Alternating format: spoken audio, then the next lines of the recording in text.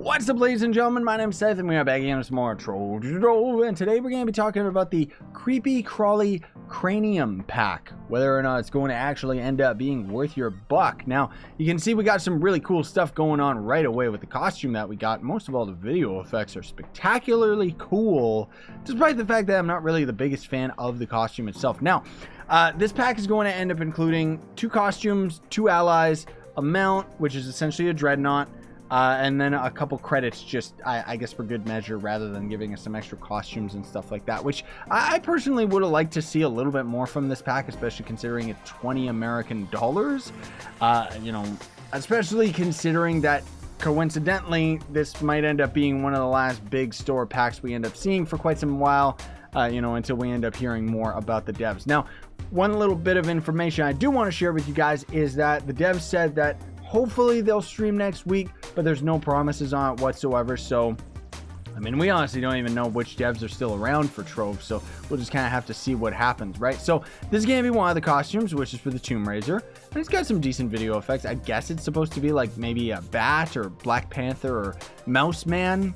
It's kind of like a pun or something. I don't know why it's got those little mouse things hanging on the back, but the aura itself of our shot is not really going to look that much different. I guess it's supposed to be yellow, but it doesn't really matter. Our little dudes are going to end up being different, though. They're kind of cute, kind of scary at the same time. Our class gem ability actually ends up changing, which is odd because they don't usually do that. And then our ultimate ability is just going to end up being this really weird looking skeleton dude, which, I mean, I wish I could dance. There you go. Stand still so we can actually get a look at you and see how disgusting and stupid you look. It looks so bad, dude. But either way, you know, it's not like it's bad. It's pretty cool. And then, oddly enough, you didn't even notice it, did you? This little bat, that's one of the allies. It's ridiculous, dude. It actually is. So this guy is called Bonkers. He's going to give you 30 magic damage and 5 jump. The reason why I really don't like this and find this to be one of the laziest things I've ever seen the devs actually do is because if we end up looking in the allies and looking in the extra life pack, you can see that this bat is just a reskin of this bat, but this guy has a scarf. And this one's a lot cooler because it has a scarf, you know? And that's just so lame that it's like, oh, let's just have the same version of the bat, but without a scarf. Like, it's not even like a dark version or some other cooler version. It's just lame, dude. Like, that just feels like a waste. But anyways, this is going to be the Lunar Lancer costume. I don't like it because it's all one color, but that's typical of anything that the devs end up adding rather than modded costumes. The spear I like. I actually really like the spear. I think it's really cool.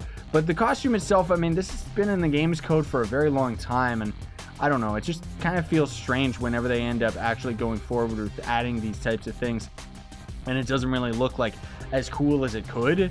But you can kind of see like the wings themselves are just kind of a reskin of, is it this one?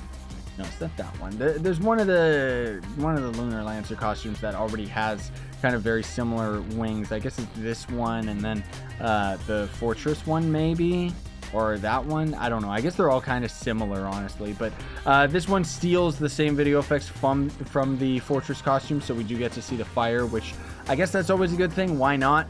And then otherwise the video effects of everything else is just going to be red, so pretty standard as far as the class is concerned. The throw of the spear, though, that's pretty neat how it has like little fire video effects. Maybe it does for the Fortress costume, I'm not sure.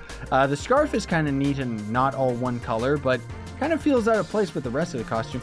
This is going to be one of the other allies right here, and this one's kind of adorable. I really like him because it's just a little pumpkin tentacle monster dude, and as it moves, you're barely gonna be able to see it, but as it walks, you can kind of see inside its head, and there's a little candle inside it, so that was a really nice little detail that they ended up actually going the extra mile on that one, you know?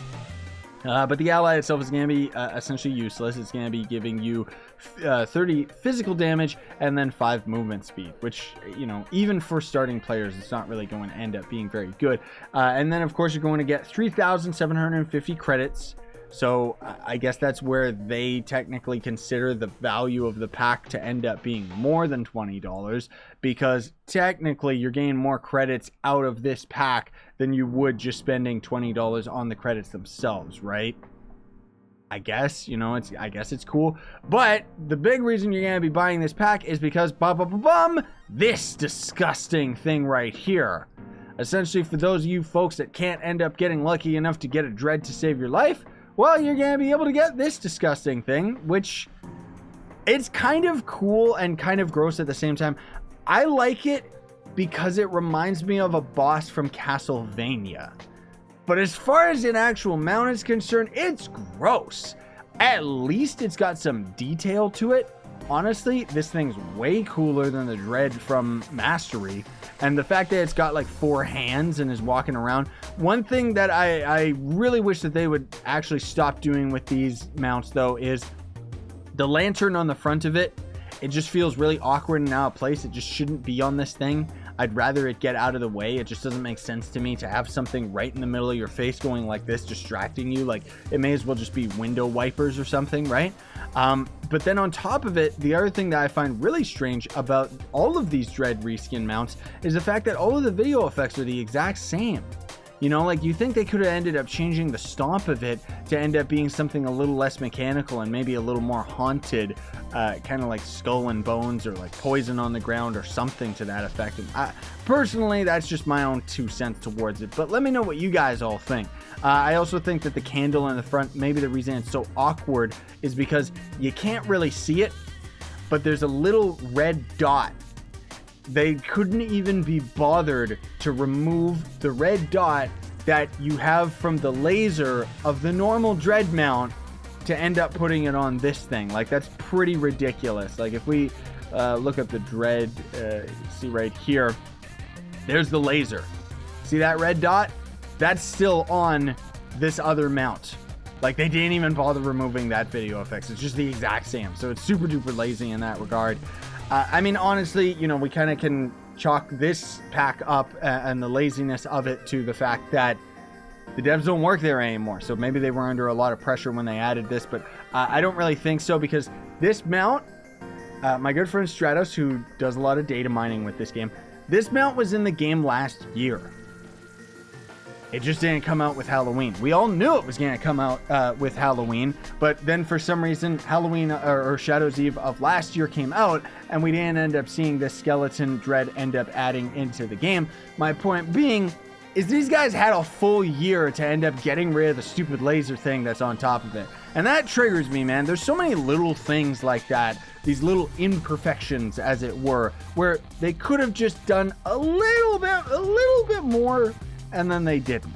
But that's just my 2 cents towards it. We can't be overly critical about these things anymore because unfortunately the devs aren't around. And also, I guess I should take the opportunity to talk about this. Maybe I'll talk about it in a separate video, but I did want to mention that apparently people have been telling me that Gamigo ended up buying the rights to Trion Worlds, not because they wanted access to Trove or anything. It's because they wanted access to some Marvel phone game assets that Trion Worlds owned and never did anything with for some reason.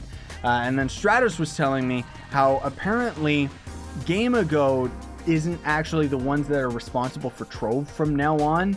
It's going to be their sister company, which I don't know what the name of that company is.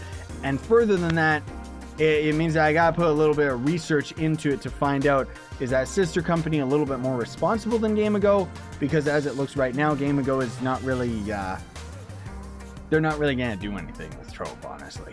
But anyways, we'll save that discussion for another time. You know, it is really disappointing though. Like, I seriously, honestly, do I think that this pack's worth it? I don't know. Not because the items that you get out of it. The items that you get out of it, yeah, they're fine. But I'm wondering, do you guys think that it's worth investing in a pack with a game that more than likely is going to end up dying like in a year or two? And not because of anything other than the game's just probably not going to end up seeing that much development. Still fingers crossed that we're going to get the U10 update. And I shouldn't be saying that the game's like utterly dead or anything. It's just more than likely that's what's going to happen. But anyways, do you think it's worth it to invest in a pack in a game that is on its way out? I'm still going to get it anyways, just because why not? You know, why not actually show it off and talk about it all in a video, right?